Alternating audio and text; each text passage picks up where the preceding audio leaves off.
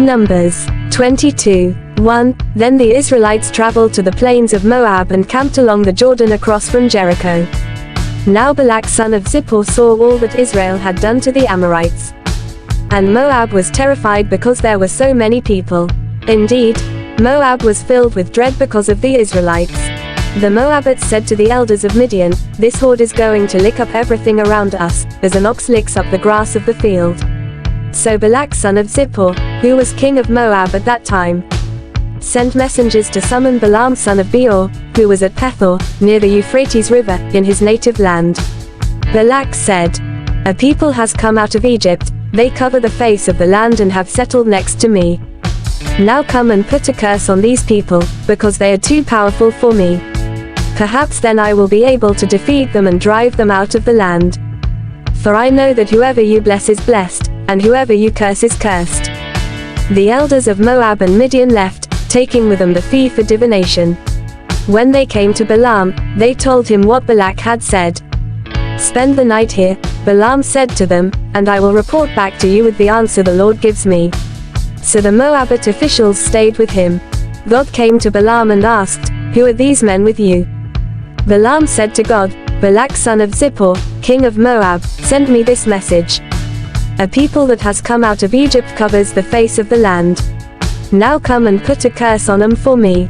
Perhaps then I will be able to fight them and drive them away." Quote, "But God said to Balaam, do not go with them. You must not put a curse on those people, because they are blessed." The next morning Balaam got up and said to Balak's officials, "Go back to your own country, for the Lord has refused to let me go with you." So the Moabite officials returned to Balak and said, "Balaam refused to come with us." Then Balak sent other officials, more numerous and more distinguished than the first. They came to Balaam and said, "This is what Balak son of Zippor says, do not let anything keep you from coming to me. Because I will reward you handsomely and do whatever you say. Come and put a curse on these people for me." But Balaam answered them, "Even if Balak gave me all the silver and gold in his palace, I could not do anything great or small to go beyond the command of the Lord my God. Now spend the night here so that I can find out what else the Lord will tell me." That night God came to Balaam and said, "Since these men have come to summon you, go with them, but do only what I tell you." Balaam got up in the morning, saddled his donkey and went with the Moabite officials. But God was very angry when he went, and the angel of the Lord stood in the road to oppose him. Balaam was riding on his donkey, and his 2 servants were with him. When the donkey saw the angel of the Lord standing in the road with a drawn sword in his hand, it turned off the road into a field. Balaam beat it to get it back on the road. Then the angel of the Lord stood in a narrow path through the vineyards, with walls on both sides. When the donkey saw the angel of the Lord, it pressed close to the wall, crushing Balaam's foot against it. So he beat the donkey again. Then the angel of the Lord moved on ahead and stood in a narrow place where there was no room to turn, either to the right or to the left. When the donkey saw the angel of the Lord, it lay down under Balaam, and he was angry and beat it with his staff. Then the Lord opened the donkey's mouth, and it said to Balaam, "What have I done to you to make you beat me these 3 times?" Balaam answered the donkey, "You have made a fool of me.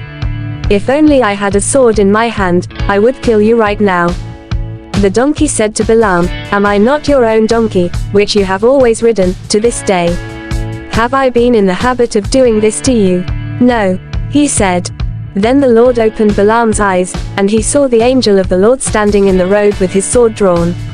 So he bowed low and fell face down. The angel of the Lord asked him, "Why have you beaten your donkey these 3 times?" "I have come here to oppose you because your path is a reckless one before me. The donkey saw me and turned away from me these 3 times. If it had not turned away, I would certainly have killed you by now, but I would have spared it." Balaam said to the angel of the Lord, "I have sinned. I did not realize you were standing in the road to oppose me. Now if you are displeased, I will go back." The angel of the Lord said to Balaam, "Go with the men, but speak only what I tell you." So Balaam went with Balak's officials. When Balak heard that Balaam was coming, he went out to meet him at the Moabite town on the Arnon border, at the edge of his territory. Balak said to Balaam, "Did I not send you an urgent summons? Why didn't you come to me? Am I really not able to reward you? Well, I have come to you now, Balaam replied. But I can't say whatever I please. I must speak only what God puts in my mouth. Then Balaam went with Balak to Kiriath-Huzoth. Balak sacrificed cattle and sheep, and gave some to Balaam and the officials who were with him. The next morning Balak took Balaam up to Bamoth-baal, and from there he could see the outskirts of the Israelite camp.